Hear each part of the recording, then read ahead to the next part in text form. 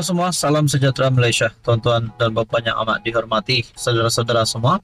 Kepada yang baru di dalam channel ini, selamat bergabung admin ucapkan. Tuan-tuan dan bapak, apa yang berlaku di dalam Perikatan Nasional hari ini? Adakah selepas 6 ahli parlimen yang menyatakan sokongan terhadap Anwar Ibrahim, ataupun selepas ROS yang meluluskan pindaan Parti Bersatu, ini akan menjadi satu kesan kepada PAS yang juga di dalam komponen Perikatan Nasional.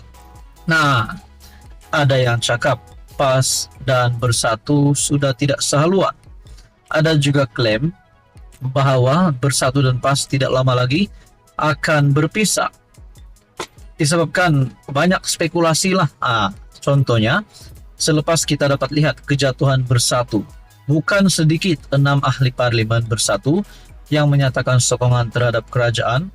Mungkinkah itu akan membuatkan PAS memandang rendah terhadap Bersatu? Nah, itu menjadi persoalan.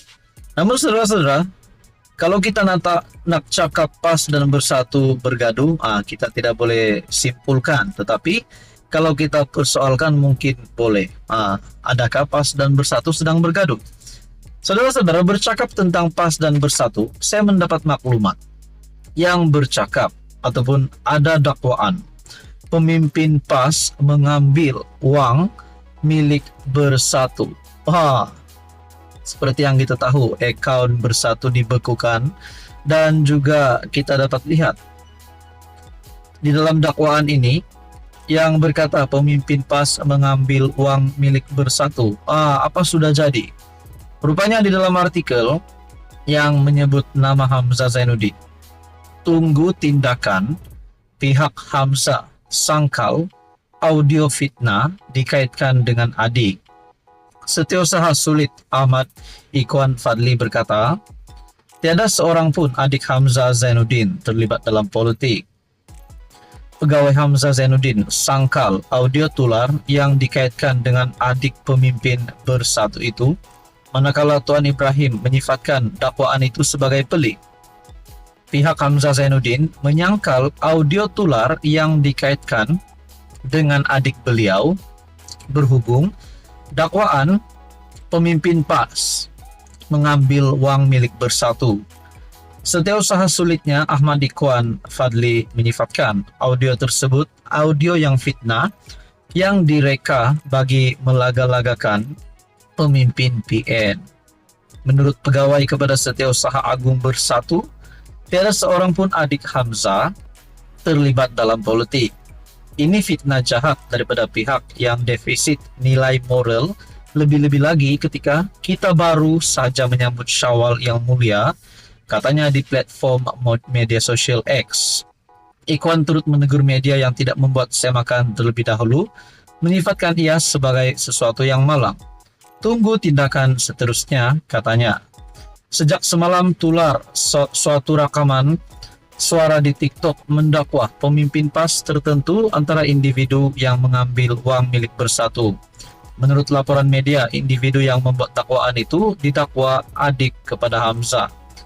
Timbalan Presiden PAS Tuan Ibrahim menafikan dakwaan beliau mengambil duit Bersatu. Ini dakwaan terpelik di dunia, katanya. Setelah Timbalan Presiden PAS Tuan Ibrahim Tuan Man menafikan dakwaan beliau mengambil duit Bersatu, rupanya di dalam audio itu menyebut nama Tuan Ibrahim. Nah, akhirnya dinafikan oleh Hamzah dan Tuan Ibrahim sendiri. Apa komen Anda? Sekian saja, teruskan bersama di dalam channel ini. Halo semua, salam sejahtera Malaysia yang amat dihormati tuan-tuan dan bapak semua. Kita dikejutkan baru-baru ini, ataupun mungkin semua sudah tahu, berkaitan dengan keputusan DNAA Ahmad Zahid Hamidi, yaitu dibebas tanpa dilepaskan. DNAA untuk Zahid. Akhirnya, siapa pihak yang terkena tempias selepas keputusan DNAA untuk Zahid Hamidi?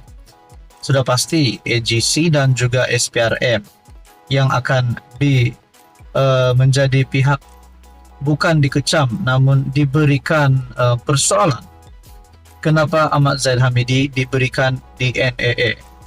Sudah pasti ada yang tak puas hati, mungkin ada juga yang menyokong. Nah, saudara-saudara, di dalam perkongsian daripada Malaysia kini, DNAA untuk Zahid, AGC, SPRM mesti bertanggung jawab. Jabatan Peguam Negara dan SPRM mesti dipertanggungjawabkan. Susulan keputusan Peguam Negara memohon perintah dibebas tanpa dilepaskan DNAA dalam kes rasuah Zahid Hamidi, kata Badan Peguam Malaysia. Peguam badan itu, Ambiga Srinivasan, berkata demikian dalam hujah lisannya di Mahkamah Tinggi KL hari ini bertarikh 18 April.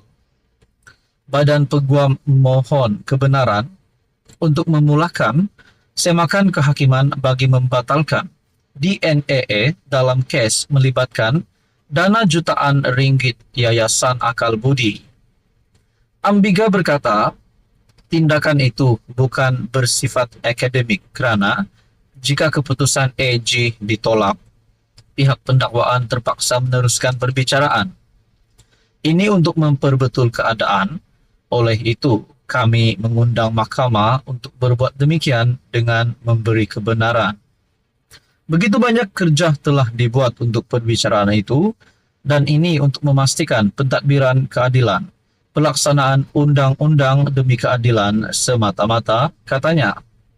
Ambiga berkata, adalah penting kepada perjalanan urusan negara untuk memastikan semua institusi termasuk AGC dan SPRM bertanggung jawab. Kami tidak minta mereka melakukan ini. AG memohon menarik balik kes rasuah terhadap Zahid. Tetapi apabila mereka berbuat demikian, dan ada orang berkata sesuatu yang tidak kena terjadi pada institusi kita perlu mempertanggungjawabkan mereka, tambahnya. Bagaimanapun wakil Peguam Negara yang juga Peguam Kanan Persekutuan Samsul Bul Hasan membantah dan berujar keputusan tertinggi daripada pihak pendakwa raya tidak boleh dicabar mahkamah. Dia juga berkata, Badan Peguam gagal menunjukkan bahawa isu tersebut termasuk dalam satu daripada beberapa pengecualian yang membenarkan ia dicabar. Dengan persetujuan AGC, Peguam Zahid Hisham Teh Poh Teck kemudian berujar bahawa Badan Peguam gagal menunjukkan bukti prima facie yang meyakinkan untuk menyangkal anggapan kesahihan terhadap keputusan Peguam Negara untuk mendapatkan DNA terhadap ahli politik tersebut terbabit. Nah, saudara-saudara, persoalannya adakah DNA untuk Zahid Hamidi bakal ditarik? Nah, ini menjadi persoalannya. Saudara-saudara, apa komentar Anda? Sekian saja, teruskan bersama di dalam channel ini.